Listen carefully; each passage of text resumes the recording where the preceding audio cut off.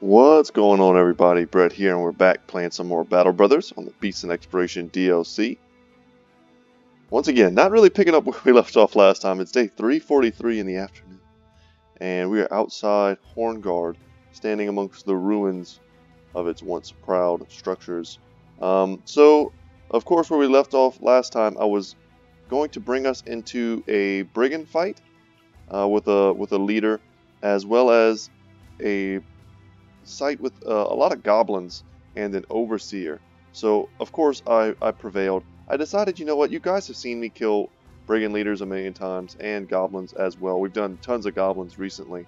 I felt like I would just knock those out, go turn in at Eichenberg, and then make my way south to some of the more exciting fights in some of the more exciting areas of the map. Maybe look to explore a bit more if possible. But if not, I wanted to slowly make my way back to the Kraken area, which I think is right here by the stone pillars. And we can take a lot of fights along the way. But before I get into that, you'll notice I'm probably not just standing here for no reason. As I was walking across, I came across a dangerous enemy, a fight unlike any we have taken before. And it was very apropos, I should say, because we recently, in the last episode, went into the Unholds graveyard. And I mentioned, you know what? I have never really fought the white Unholds. I killed one of them, I think, so far in this playthrough. And now, 6 of these bad boys. I changed up the party a little bit to try and be better at fighting Unholds. I think Sir Varandox and Sir Chris are just 2 of our stronger brothers. Their weapons are going to just be fine. Hondo and Lance are just, of course, always great. Ivar is a powerhouse, especially with the Grizzly Harbinger, and having our sergeant with Baltazar, the Toothless Blade. And then lots and lots of war bows for focusing them down. There are definitely things we need to note about the white Unholds that make them very different from the standard Unhold. And of course, I also brought in Sir Steinhardt, the Survivor, who's very good at kind of, you know, avoiding the attacks of Unhold. As long as he has his Lone Wolf bonus, he also has Nimble and Dodge. So, yeah, I'm going to look to have him hopefully distracting some of these, or at least one of them. That way we don't get beat to hell by the other ones. Alright, so let's get into the fight. And how fitting is this that we come across these right after visiting the Unholds graveyard. God, these things are ugly. So one of the differences you'll notice right away, they have armor. I don't know exactly what the numbers are on that, but I mean, they have it. So we need to kind of respect that fact. We have to pierce it before we can start dealing that damage to them. And we still need to focus them so that their regeneration doesn't take over. Now, another thing to notice about them, if we were fighting standard Unhold, we would consider bringing in our spears. But the white Unholds can bypass all zones of control. And if I had thought about it, I would have turned down the effect sounds for just this fight. Let's go ahead and get our Lone Wolf traits. A lot of our more recent battles, we've been tucking in our Lone Wolves to kind of go wider in the front lines.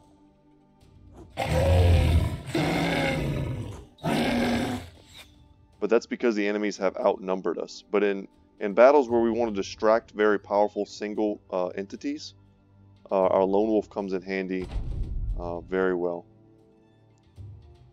So we'll wait here. Yeah, I had to assume that some of them would jump up. That's fine. They staggered us. The stun is what we didn't want to see. But as long as we can still shoot at this one and focus it down, we are happy. So let's get the kill here. Perfect.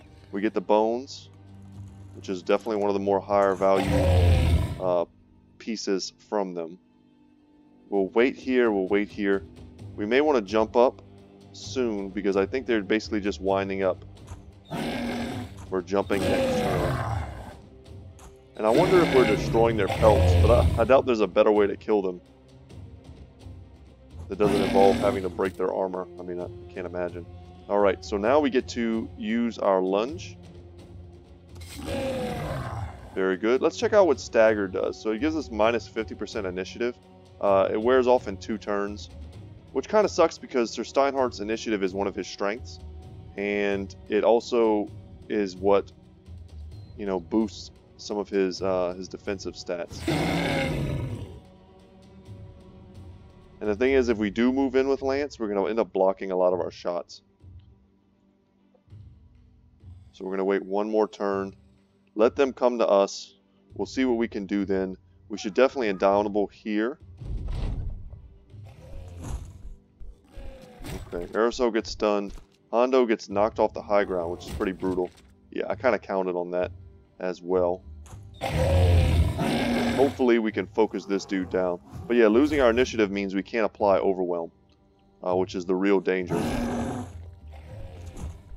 And because we used Indomitable, the odds of us getting staggered there were very low. Let's get back in there. We can help out with Steinhardt with a couple shots down below. Split him up a little bit. Throw our last javelin, and then we want to get into the mix. Start beating this dude down. Ivar, no doubt, was going to do some huge damage. That's Indomitable there. So Chris with the big slams. We get our initiative back. So we should have just applied 2 stacks of Overwhelm, and we did. So very good. And he wants to run. I think we just kill him. Hondo gets hit again, but for not very much damage. Wow, almost dead. No need to Indomitable, I don't believe. The shot should kill it. So we want more of this white fur. I forgot to look up what it does. Oh, man. I was hoping somebody would tell me in the comment section. And 4 stacks of Overwhelm now. 5.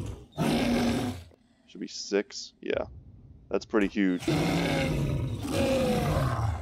So he's going to regen just a little bit. With all that Overwhelm, there's pretty much no way he would be able to hit us there. So let's get Varandox anchoring this Unhold down. Not that that really does that, because they have no... We can't control them. And yeah, Hondo is more than a match for a single Unhold in combat.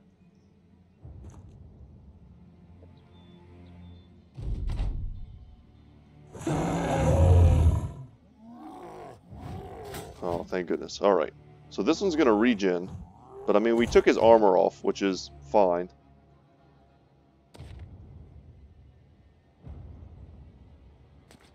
Aerosol doesn't really want to get in there anyway. It's pretty dangerous to stand on the low ground versus these things. And if we kill that, we're just happy. Takes a little bit of the effectiveness off of Sir Steinhardt, but it's okay.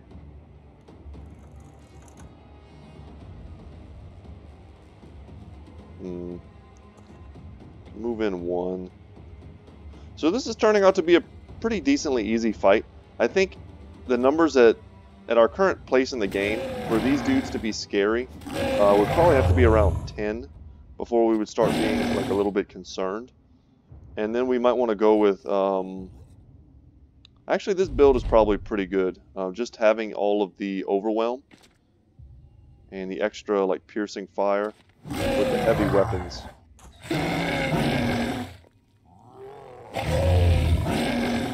Wow, Hondo with the counter attacks. Double slash. Let's get up on this high ground. My mouse is acting up again. Also, I can hear my kids in the next room. They're watching the Captain Underpants show and giggling. It's making me laugh. Took them to go see that in theaters when it came out. We had a good time. It's one of those things I missed as a kid. I remember seeing that book in like book fairs. I'm almost 30 years old, but I think Captain Underpants has been around for a long time.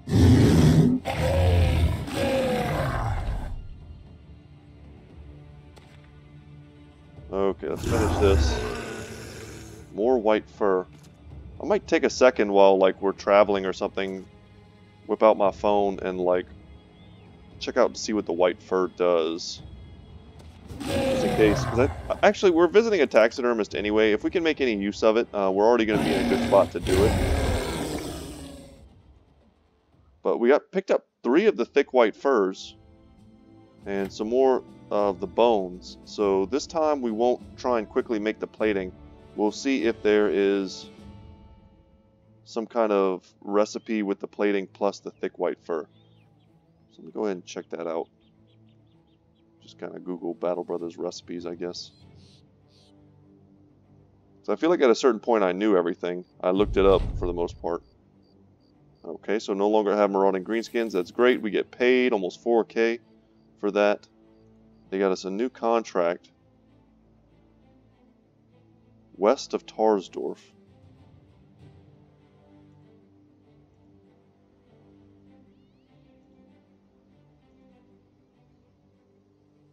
West of Tarsdorf, so way down there. Oh man. Well, we need to camp anyway, so let's just do that.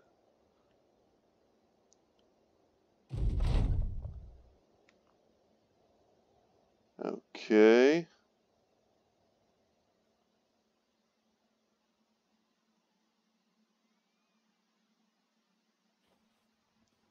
More flagellant problems.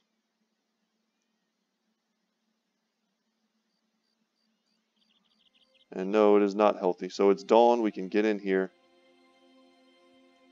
Ugh. When you're near the edge of the map, you have to like zoom all the way in or else you can't do anything. Okay, let's check out the taxidermist. We can make another set of bone platings, which we probably will. Unhold fur cloak. What is this? I kind of never looked at this. You can see it in some of the artwork. So a thick cloak made out of a frost unhold's majestic white fur can be worn atop any armor to make the wearer more resilient against ranged weapons. Reduces any range damage to the body by 20%. That is very cool. I would love to make those. Look at that for a second. One second. I'm going to check to see if there are any other recipes. Because I would kind of like to just make 2 of these. But if I may need, you know, 1 or 2 of these for a different recipe,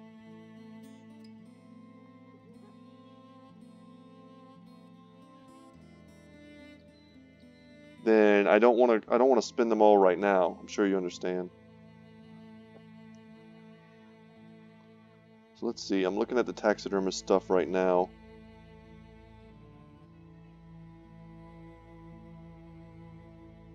And I'm trying to find all of the areas where we can use the thick white fur.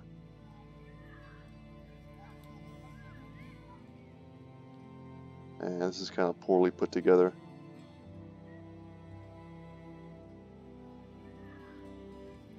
So thick white fur from an unhold and a direwolf pelt gives us the additional fur padding. Okay, we've made one of those before. We have one of those in our inventory. Perhaps that's what I was forgetting. And then the thick white fur also, what we have right here. Man, that would have been great versus like that goblin fight. Is there any other time where the thick white fur can do something for us?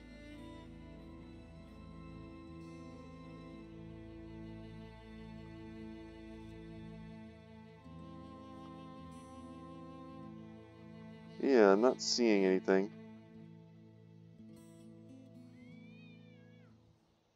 Okay, sorry to make you guys like, you know, chill out, but like, some of you probably already know these by heart. Okay, so not really. I mean, I would rather just make 2 of these unhold fur cloaks than the other stuff, and then come over here and make another set of bone platings. Because those upgrades are very good. Yeah, reducing range damage would be amazing for a 2-handed brother like Ivar. He currently has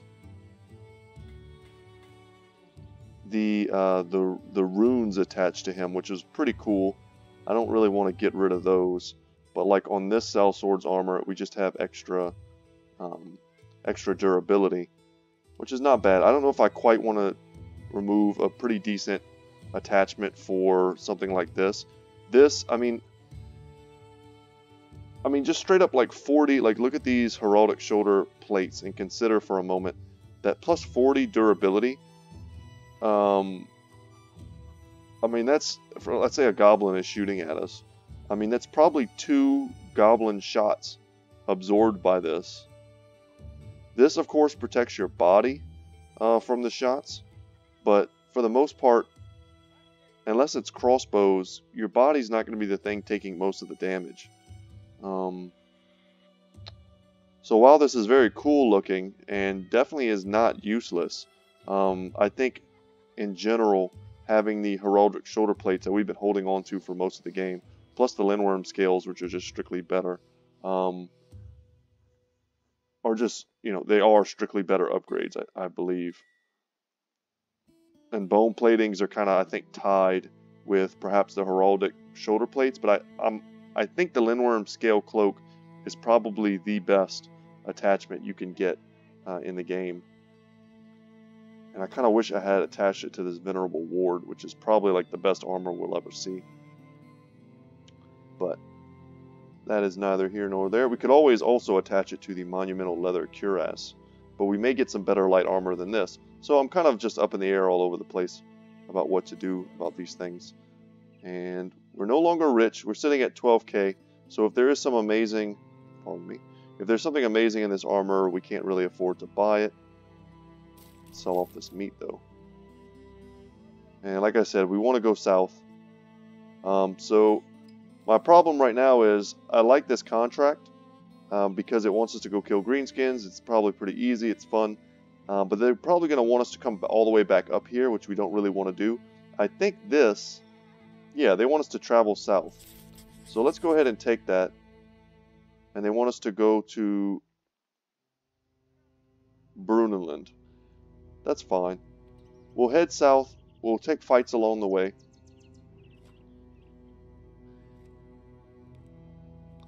We can stop by Windfest just to see what's good. We have enough crowns that if we found something like a unique throwing weapon or something like that in the weaponsmith, we could certainly afford it. But yeah, we can't buy Sir Theo's coat of plates. If we had maybe 5 or 6k more, I would buy these coat of plates. But we cannot afford it. And I guess they probably haven't rolled over their inventory since the last time we were here. We have enough food. Should definitely buy. You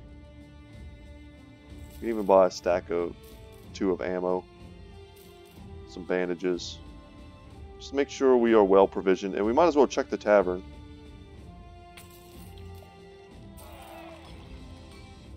Okay, that was all good stuff. And I think now, maybe we should just stop by the sunken battlefield and see about knocking out this priest. This is the type of fight also where we could definitely see ourselves getting some more unique loot. Just kind of sucks that it's already nighttime.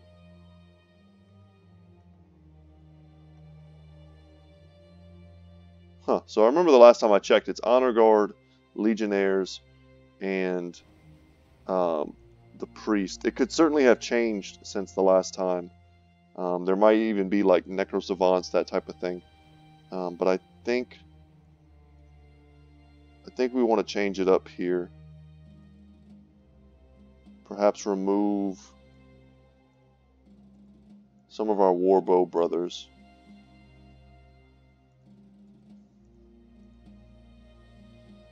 In favor of even more like hard hitters. Could perhaps bring in Steezy and Scaredy. I mean, they don't do that bad. If there's no Necro-Savants, it's not that scary. This could be okay. I like having the reach of the long axes. Let's save the game. Since I did a lot of kind of boring micromanagement type stuff. If we were to have a terrible accident, I would hate to do that again. So here we go. Only 1 Honor Guard. And only 1 Ancient Priest. A plethora of legionaries, though. That's a lot. And then some auxiliaries, which are probably just going to absorb some of our early shots from our brothers. The auxiliaries might as well not even exist.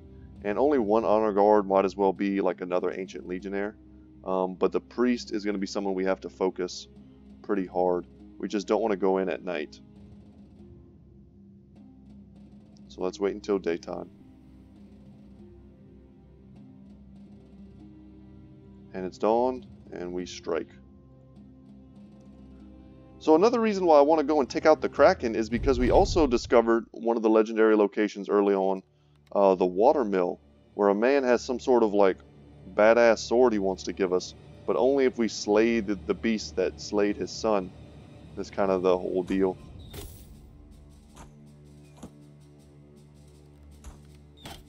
So we're shooting at the ones that have armor to try and break their armor before they engage.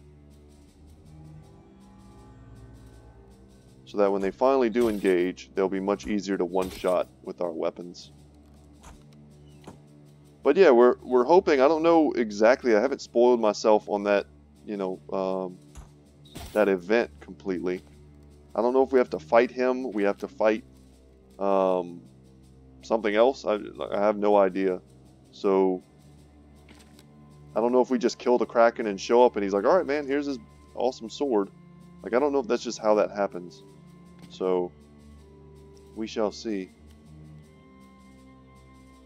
But boy, I would love to get another legendary sword. We have multiple sword users on our squad.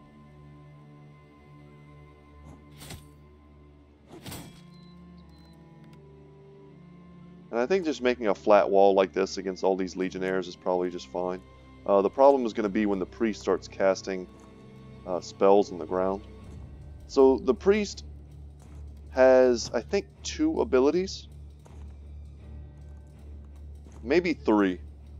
2 I remember for sure. One of which is like a big sandstorm that does just a tiny bit of damage every turn in an area.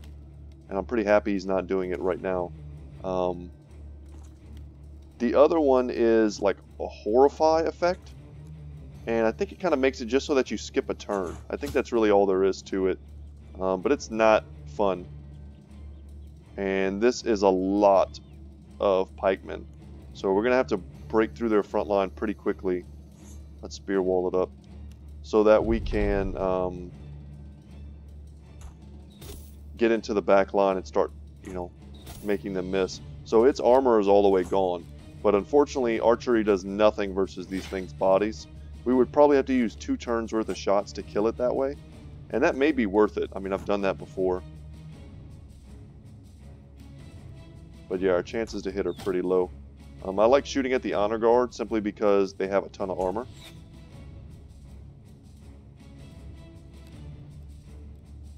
I think our boys up here can handle this. Every dude we kill with a shield is great because it totally messes up their strategy of jumping into the front lines and then shield walling up.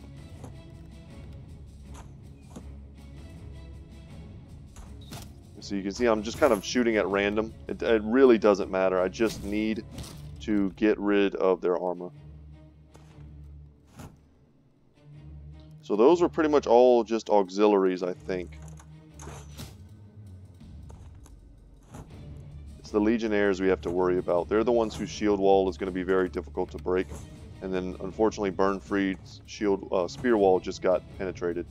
So now we have to try and kill them through their shield wall, which usually takes forever.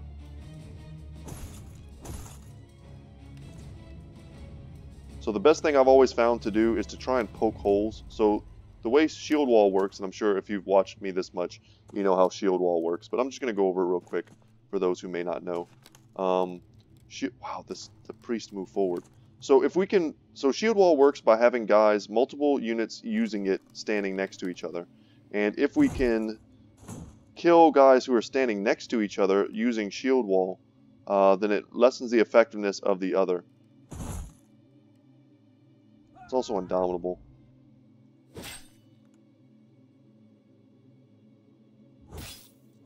So the best strategy I've always found is just to poke holes in their front lines.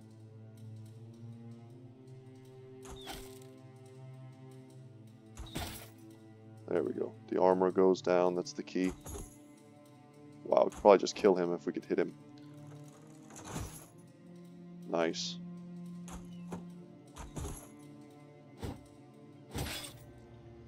So here's where it starts getting interesting.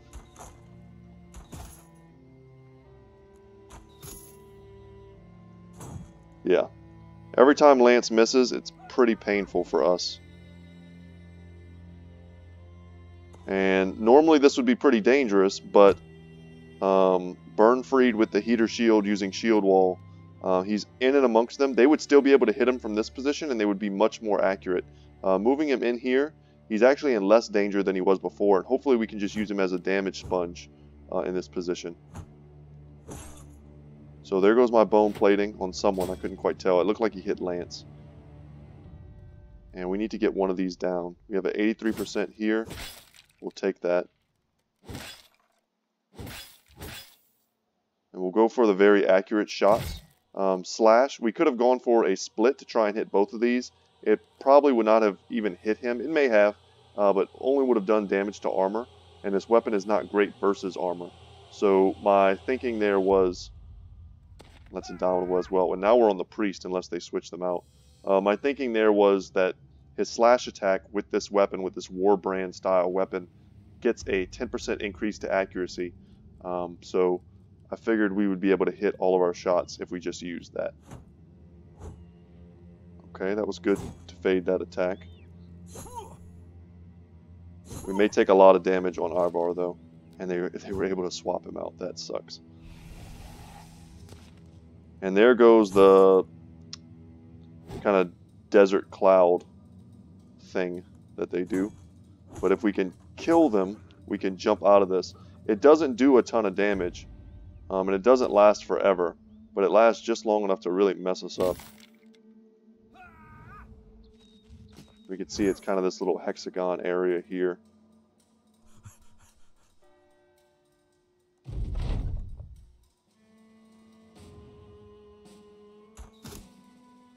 Alright, almost no armor left on the honor guard.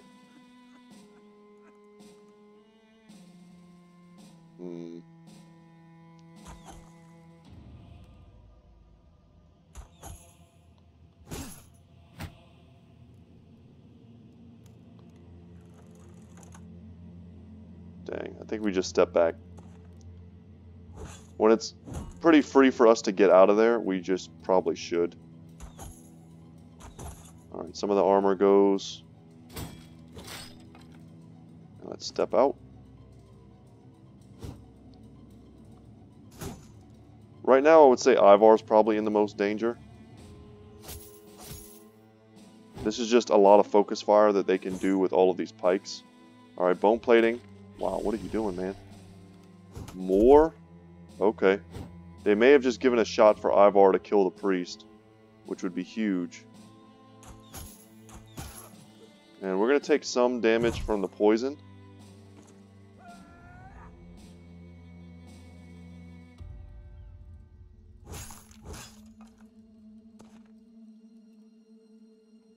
If we can kill this priest, boom. But Ivar's kind of tied down now. He has a pretty huge HP pool, though.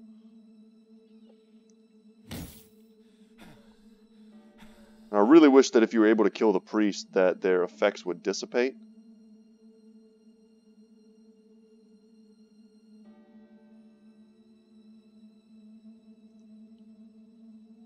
Yeah, we could jump into here. That gets us out of there. Cervarandox is very tanky. He should be fine in that position. Okay, we can move forward one. Dangerous fight, guys.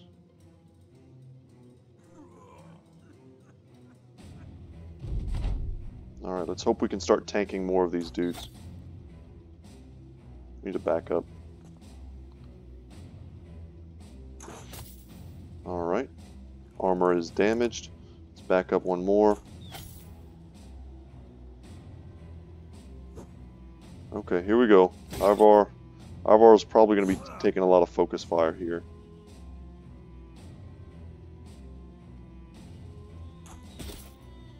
I was kind of hoping we would hit the honor guard.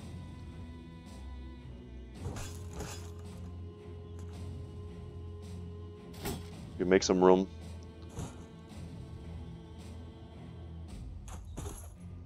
Let's get that armor down. Jump out. Wow, that was pretty lucky.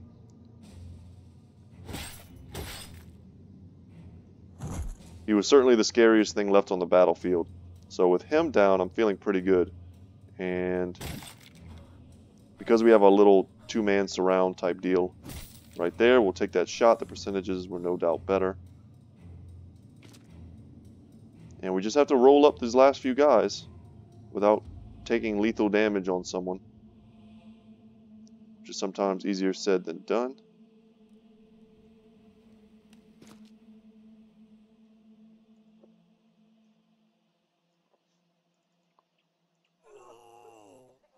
Yeah, that sucked.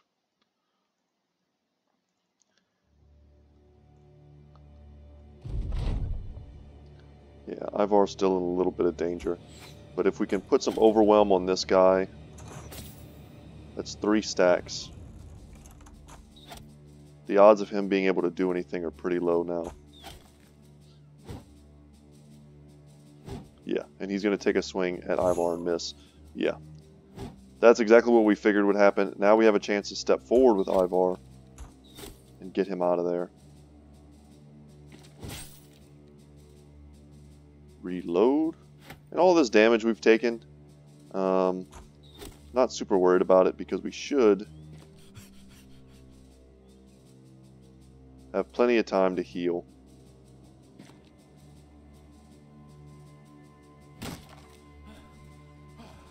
Okay, Hondo. Almost. So close. There we go. Ivar not out of danger yet.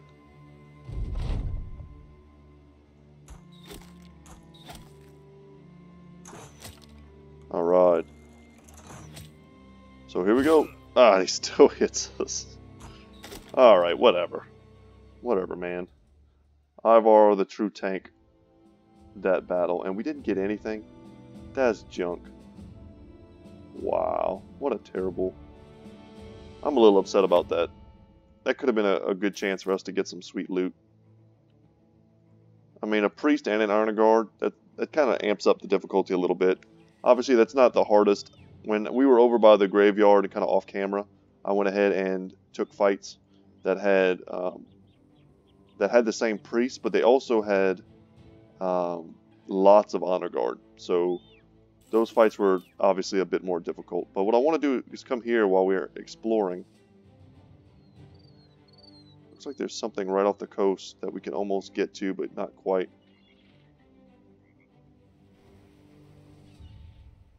Huh. Well, we might discover something off to the side anyway. We have food, we have tools. It's a good time to explore when you have hurt people.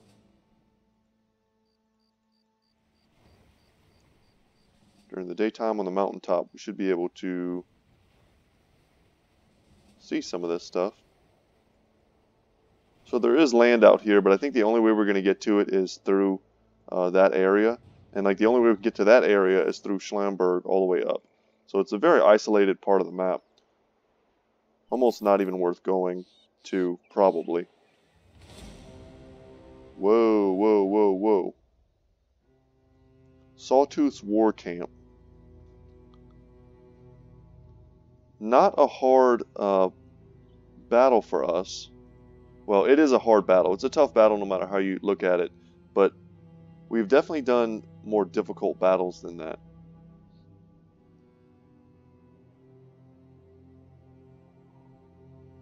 Is this squad good at killing orcs? It certainly is. Something like that. Yeah, we could do it. I think we're all healed up. Let's look at Ivar, make sure he's good. Ivar just has a little bit of damage to his armor. It really comes down to what kind of terrain they put us in. So let me just save the game one more time. Another dangerous fight back to back. Hopefully you guys don't mind. But if we're fighting them in the woods, it's one thing. If we're fighting them in the swamp, it's another. Looks like swamp. Oh, it's forest. Okay. This could be more difficult. This could either be really good for us or really bad.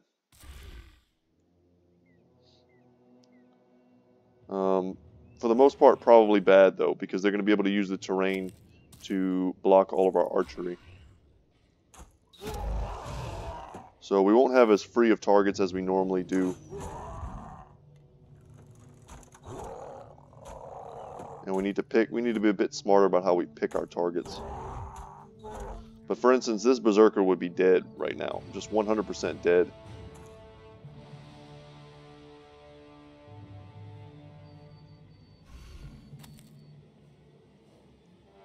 Hondo steps forward to accept challengers.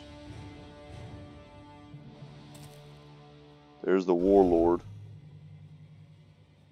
That looks like a legendary axe.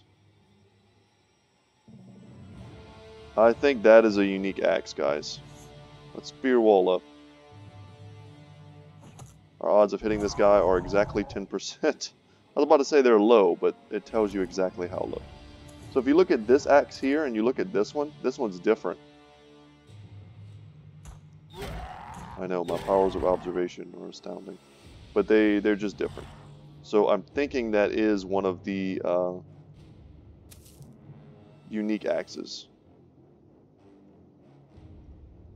And I kind of want to move back with Hondo now. I think we just have a better chance if we go flat wall against them. We could use the terrain to our advantage, of course. We could make a nice little concave here. Which, if I can get rid of this guy, I think that's what I'm going to do. And the Warlord already wants to run. I have a feeling he doesn't like war as much as he tells his buddies he does. Always talking big about going to war, but does he really want to go to war? Step up here. Step up here. Step there. And we'll make a nice smaller wall here. Put some shots on the Warlord. Step back down here.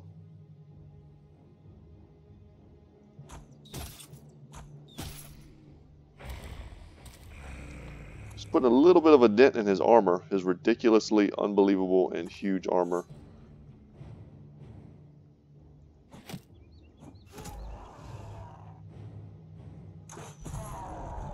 Crossbows.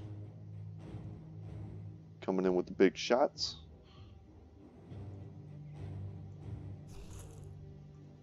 That was bad. I totally forgot that dude was in that bush.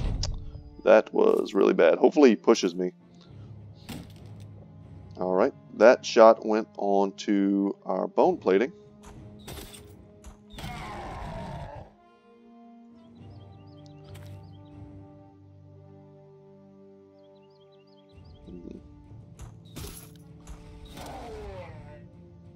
We will not move first. They need to come to us. Alright, let's do a nice split. Perfect. And we can put a crossbow shot on Sapit block.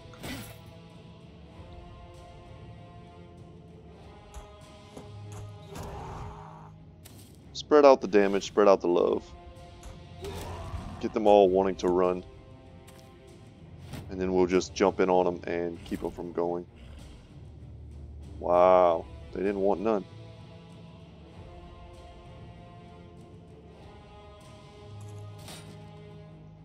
Tie him down. He's got his shield wall up.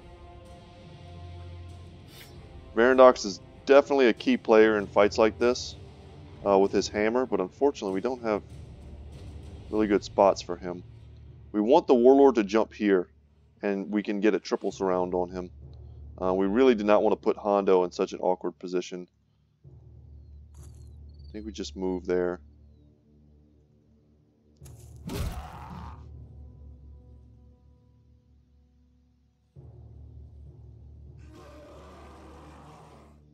Okay, let's see what we can do. Pass. Kill that guy, too easy.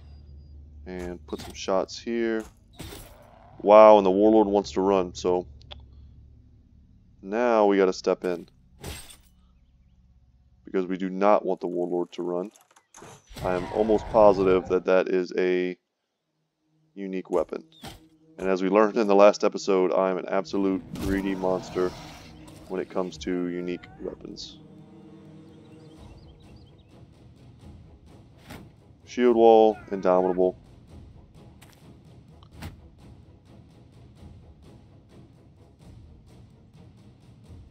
He's like 2 can play at that game.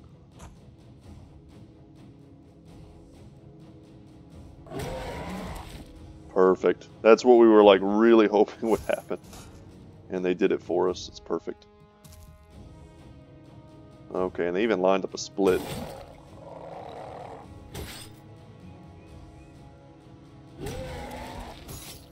Ugh, that was brutal. Alright, let's make him regret that. Sapid block cannot run away. But we do want to get more dudes on him, just in case. Edgel can whip out his long axe. He is bleeding. So we really want to make this dude rout ASAP if we can. And I think we can.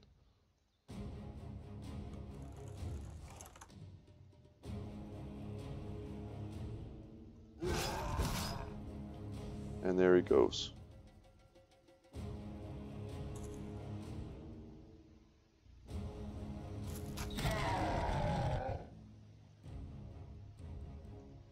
I think we should move here, just to give us the best chance of hitting him if he tries to run.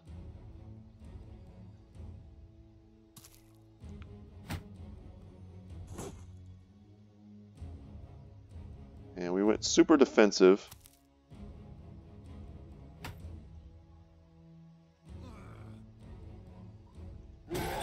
With our boy Chris up here. Sorry, I was kind of focused really hard. Went really defensive with Chris because in a one-on-one versus an orc warrior, we really just need to survive long enough to get reinforcements to you.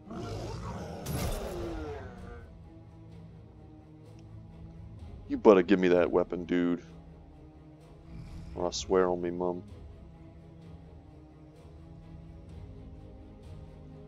I swear on me, mum.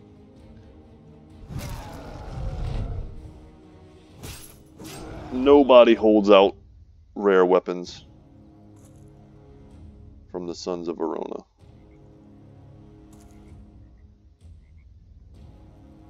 So I don't know if I ever explained why I named the company the Sons of Verona. And we got it, and it is exactly what I thought it was. It's that one little like legendary hand axe that I mentioned in one of the previous videos.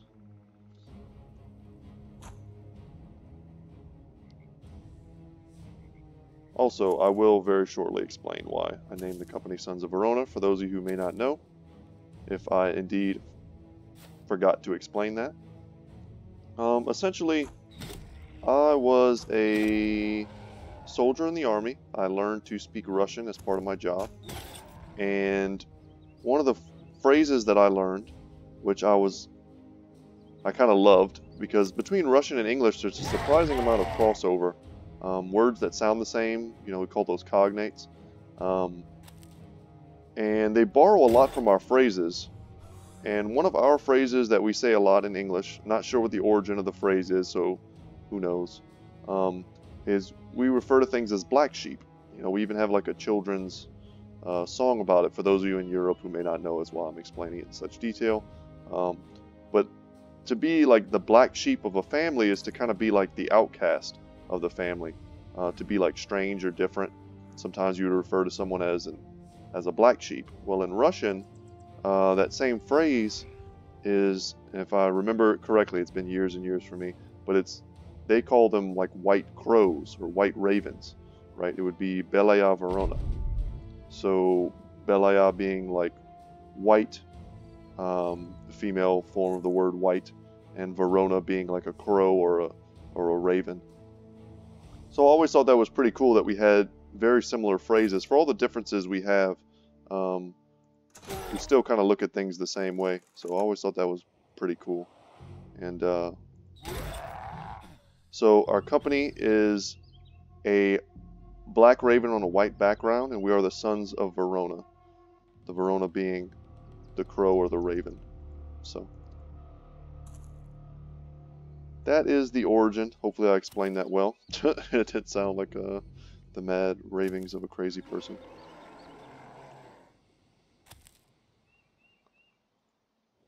And we just need to kill this guy. Can we hit him with a hammer? And we can. Alright.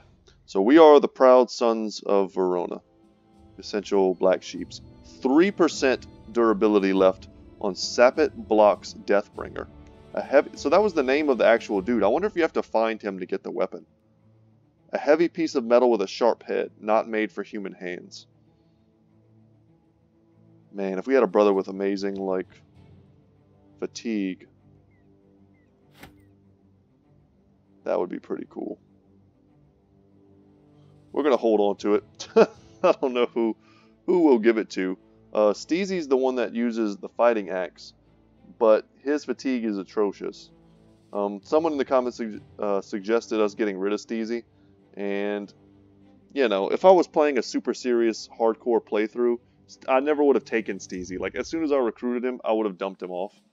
He came to us as part of, like, an event. We saved him, and then I named him after one of my buddies. So I genuinely enjoy holding on to brothers until the moment where they die. You know, if he dies in glorious combat, that's a way better story than, you know, we just needed somebody better. So that's kind of where I'm at with that. And that was a fun fight. And now we have another unique. So I guess we could take a look at it real quick. I didn't really go over it at all. So 35 to 65 damage. Let's compare that to the fighting axe. I think that's its closest comparable. 35 to 65, 35 to 55, so 10 more damage. Then it's got 30 and 130 in terms of effectiveness against armor. Okay, so identical. It does 3 extra damage to shields, so 19 versus 16. It has a plus 7% chance to hit head, which of course this does not. This is 12 fatigue, and this is 18. And it builds up an additional 5 fatigue with every skill use. Let's go ahead and look at the skills. Still just chop and split shield. Yeah. It's a pretty brutal weapon though. It does a lot of damage. If you have a brother with huge fatigue pools, and had we gotten a weapon like that early on, we certainly could have built some of our brothers in that way.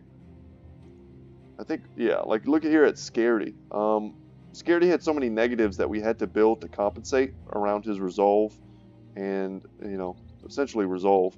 And to make him better in melee combat, he was a pretty low tier dude otherwise.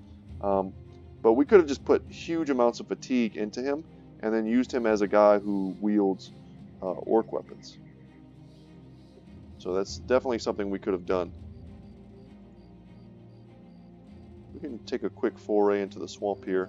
I would love to find a shortcut to this area, but that doesn't look like it's going to happen.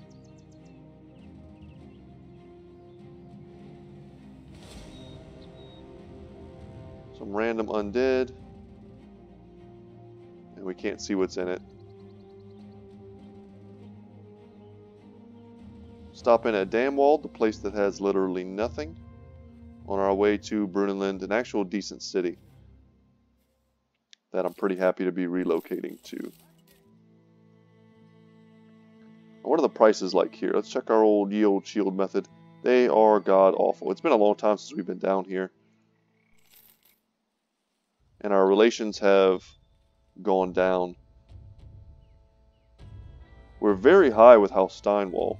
If we were just grinding up north right now, if I could ever grind off camera without some cool event going off, I would certainly do that just to get that over with. Okay, let's see what the prices are here. Either way, oh, they're even worse. Whatever, man. We can't hold on to this junk forever. Most of this stuff isn't all that valuable anyway. But we're certainly not... We'll repair this. We can hold on to that for a minute. Still great on food. We need tools. And we could use arrows. We'll buy one set of tools. One set of their cheaper arrows. And we could check the innkeep.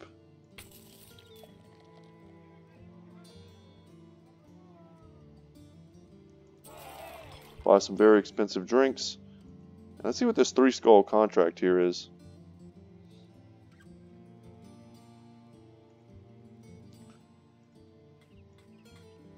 Secure the unearthed tomb. So it looks like brigands. Actually, that looks like undead. Fighting undead in the forest. It said they were brigands, but boy does that look like the undead. These are brigands. If we can fight them before they get in the forest, looks like we're just fighting them on some hills, some light hills.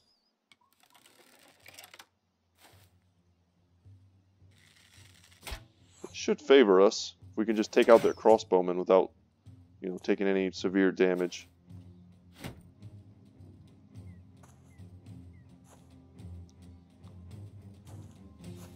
This dude almost came to battle well equipped. If he just had a helmet, he would have been scary.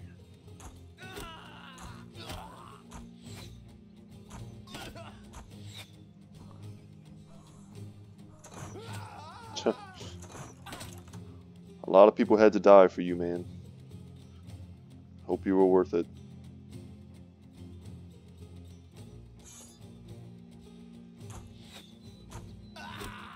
Nope. Okay, let's just take some of these easy shots. Clear the board a bit.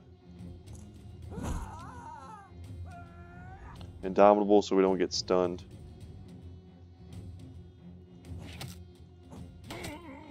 Ooh, that sucks.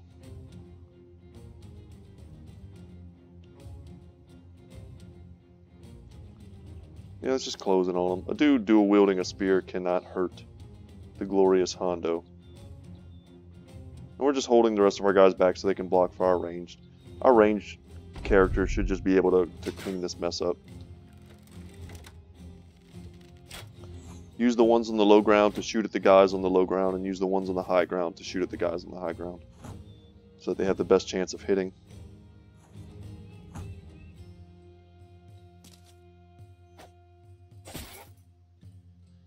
Huh, the bone plating did not block. I guess we already took a hit with an arrow or something.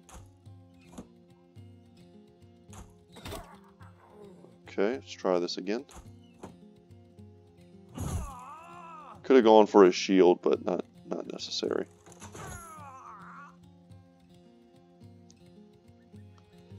Can't see anything when you do that, game.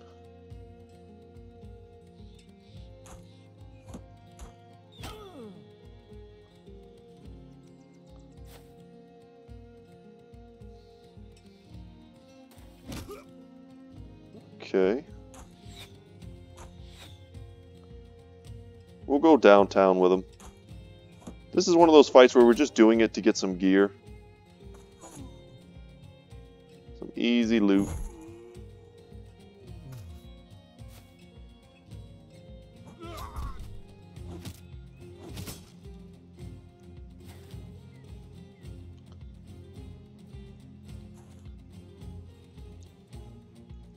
Having to sell at that last place at such bad prices kind of hurt.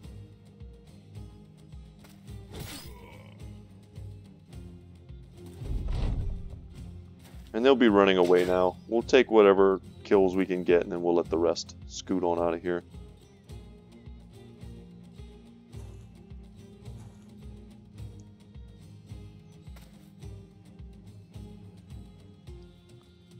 Yeah, we'll be taking that crossbow, though.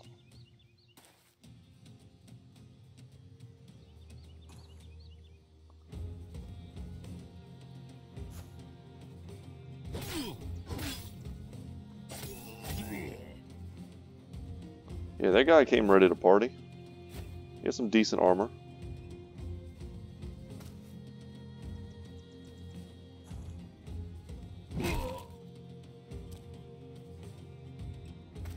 But alas, poor Yorick.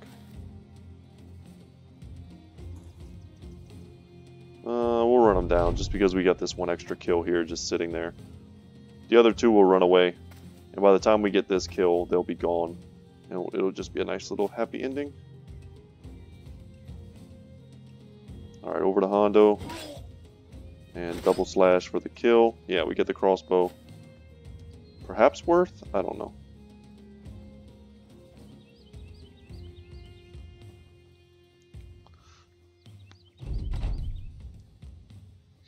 What's your favorite Shakespearean bit of writing?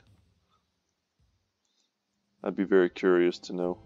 I've always been kind of a bit addicted to Hamlet myself. Kenneth Branagh, if you're familiar with him, he's a guy, he's in a ton of, I mean, it's Kenneth Branagh, he's a super famous dude, but he's in a lot of stuff, and he is, let's take this last fight before we end today's episode. He is, if you're not like familiar with actors and stuff like that, I totally understand, not everyone is into that sort of thing, but if you watch the Harry Potter movies, right, he plays that idiot Lockhart, the one who ends up, he's kind of like a jackass, fake hero book writer guy in the Harry Potter series. And yeah, that's Kenneth Branagh, just if you want like a frame of reference. But he does like a really cool, let's reveal here, 29. Oh my god, I took the longest, grindiest fight possible for the end of an episode. But he did like a rendition, it has Robin Williams in it, RIP Robin Williams. And just a lot of other kind of like B-list actors who are just really good classical actors.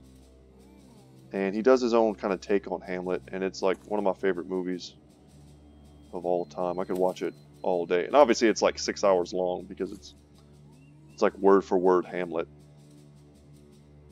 You know what? Let's do that. Let them step forward. I don't care. We're missing a few shots. I don't care. Because they're trying to move themselves, but unless the ones in the front have the highest initiative, it takes forever for them to shamble forward. So we'll probably end up... We don't want to like meet them in these little alleyways. If they were a difficult enemy, we sure would. And we would make little concaves and stuff. What we want is for them to go into open ground and make it so that we can start piling up the bodies.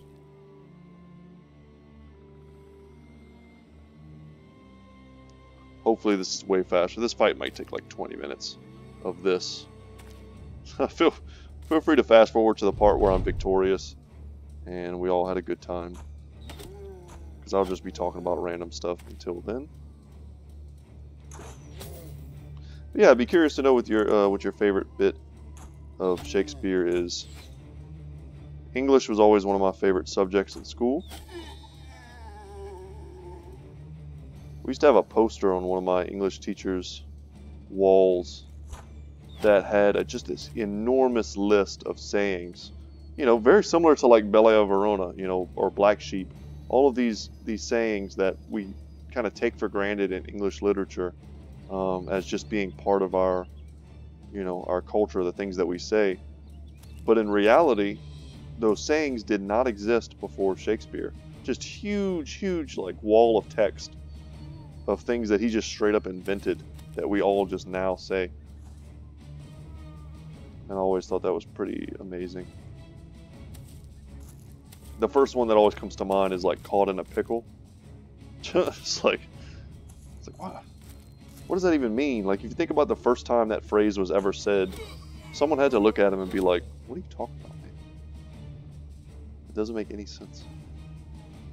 But we all just understand it now. Caught in a pickle. We know what that means.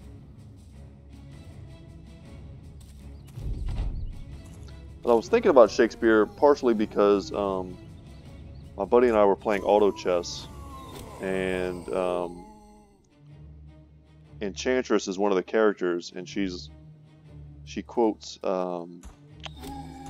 Romeo and Juliet. She says something like, "I will but bespeak thy grave and die." Kind of put me in a Shakespearean mood. So you see, we're starting to kill them, and that kind of frees them up to jump forward. The only way this is worth it is if we get like fat loot from this place. They're paying us quite a bit to fight this very easy low risk fight, which I can appreciate, but it's still just an extremely time consuming fight. What I need to be doing is completely passing with my melee characters. That's wasting a bit of time. Just be glad there's no necromancer resurrecting all the ones in the front line so that we have to kill them multiple times. And this tree is really like blocking our line of sight.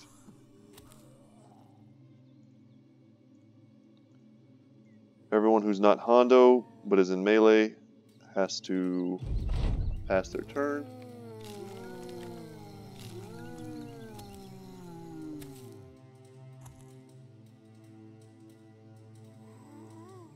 Hondo or Lance, I should say.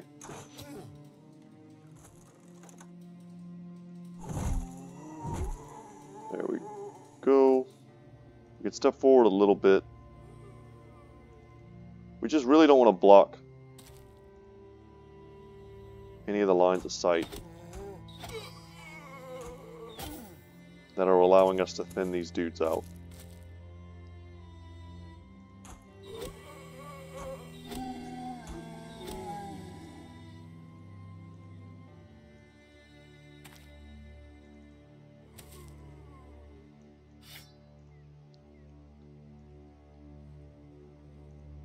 Oh, man.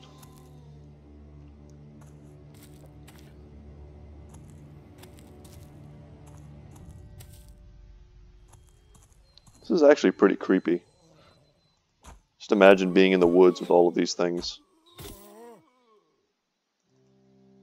Coming out of the woods slowly shambling at you, still holding weapons.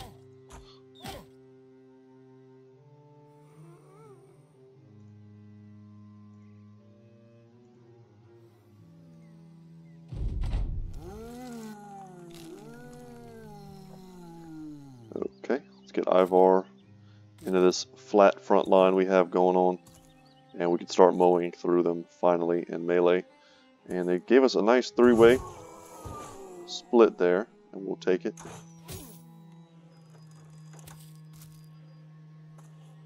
Down to 20.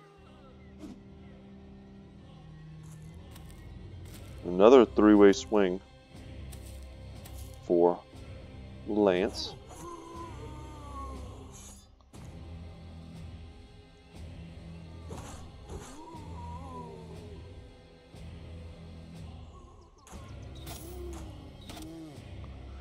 Oh, man. Killing zombies, it's a living.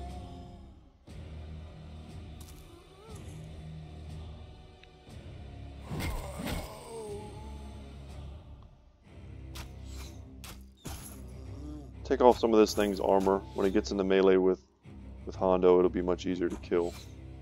So why we can't hit it, I don't know.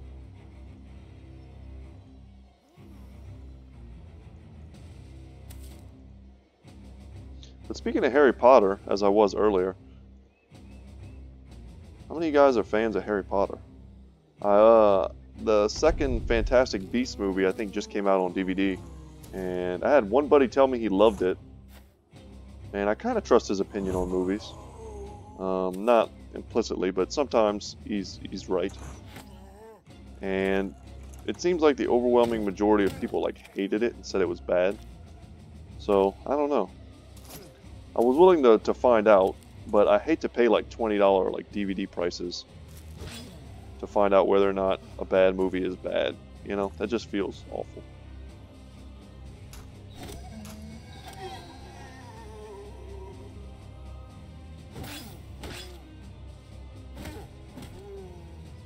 I liked the first one. Something about it just kind of felt off to me, though. And as cool as the big reveal at the end should have been, it kind of felt a little lame. No spoilers for people who haven't gotten into the series yet but may want to.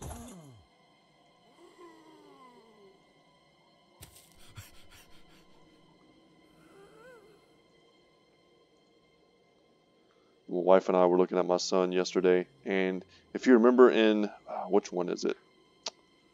Is it the 5th Harry Potter movie? Is it Order of the Phoenix? I think so. Where you get all the flashbacks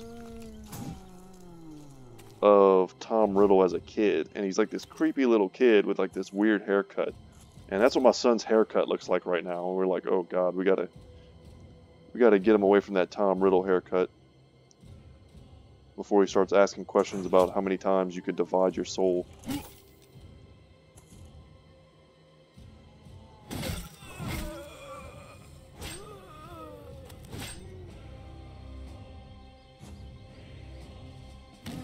We're almost out of it, guys. No more small talk. We'll make it out, I promise. Only 8 left.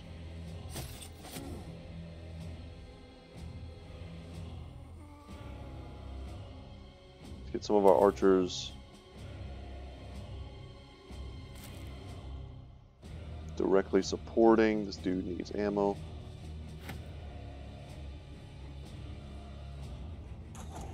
Perfect.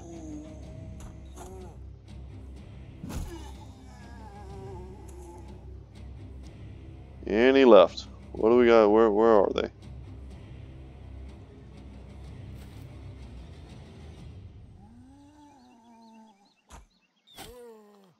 That was a pretty nice shot. Well done, Edgel.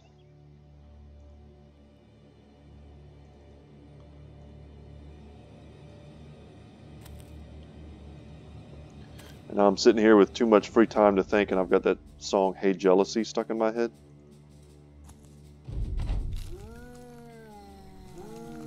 In my humble opinion, and I am not a music master of any sort, I'll just say, you know what, I'm not going to say something is the best or not. That's incorrect. I will say that my favorite era of music is definitely like 90s. Like every CD in my car or my truck is like 90s greatest hits.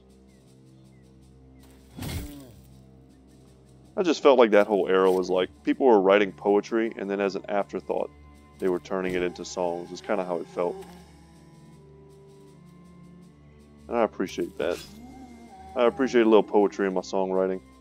Although Beck, I don't know what Beck was doing. That dude was on a whole different strategy from everybody else.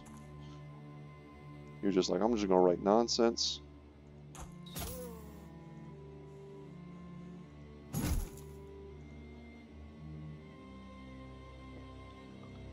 No clear lines of sight. Also, the dude ended up becoming a Scientologist, which, phew, I will never, like, talk bad about somebody's religion, but Scientology, man, that's a cult. That's just a straight-up cult. If you're a Scientologist right now and you're listening to this, get help, man. Get help. Get out. Although you probably don't have much access to the internet if you're a Scientologist. Although some of them do. I know some of them live, like, off the bases where they like try and mind control you. It's a pretty fascinating show.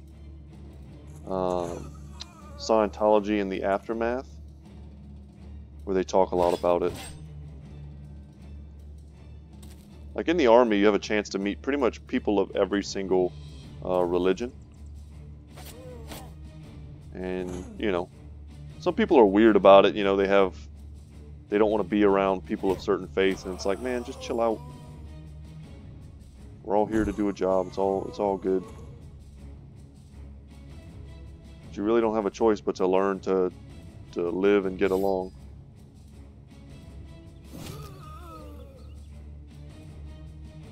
But not Scientology, man. I don't think I've met a single Scientologist in the army. I met a few Satanists. That was interesting. A couple Wiccans who tried to cast some spells on me. That was a thing.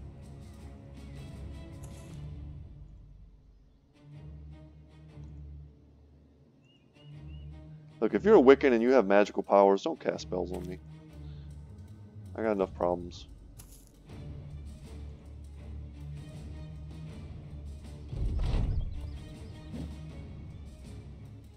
These are the last 2 zombies, and hopefully we can kill them and be on our merry way.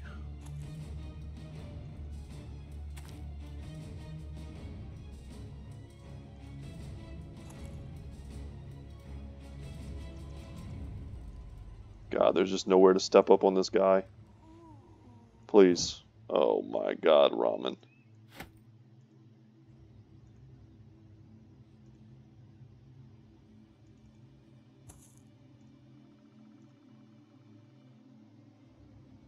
Please. Just kill him. Oh my god, we gotta do it again. Here it goes. And of course, more zombies come back.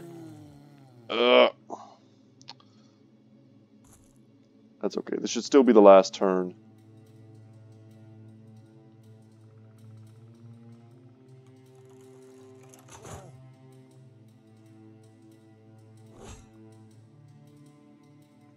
Did we take like any damage from this fight at all? I'm curious. So I feel like we didn't.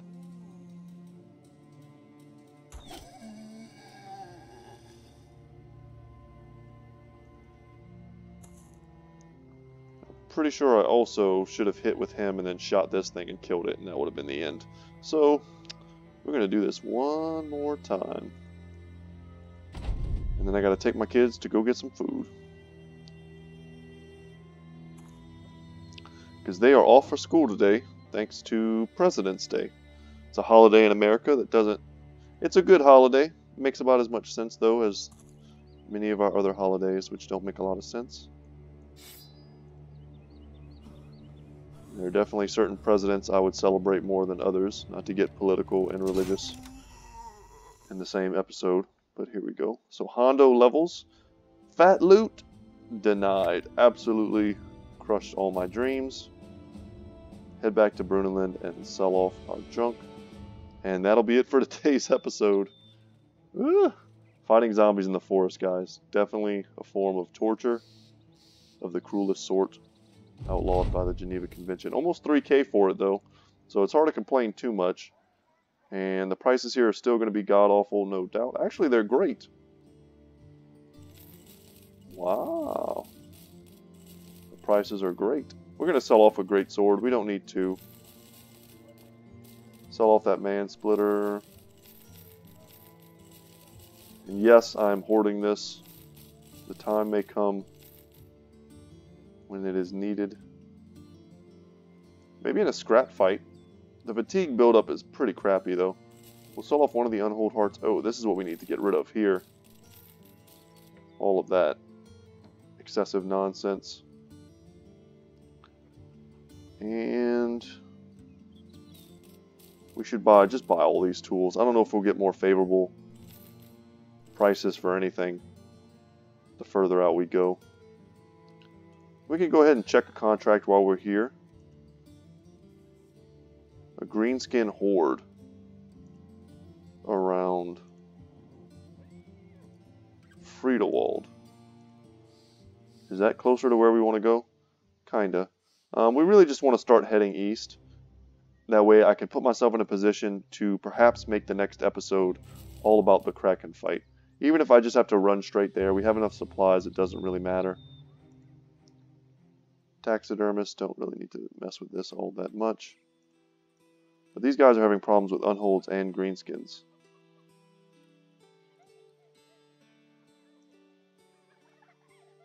I'll accept that. I love fighting Unholds just for their crafting materials and their fun fights. But guys, that's going to be it for today. Once again, my name is Brett. My channel is Good Talk Gaming. I hope you enjoyed today's episode. We fought a different kind of fight in the white, larger species of Unholds. And we're going to end today's episode by encountering more Unholds. I'll probably do this off camera. It's not that exciting. And I'll head over to this area to perhaps try and take down the Kraken without the game crashing on me. So, we picked up another legendary weapon. We fought new enemies. We leveled up just a little bit. And had some good conversation. So that's all you can ask for out of a YouTube video, I think. I hope you guys have a great day, and I will see you in the next one. Take care.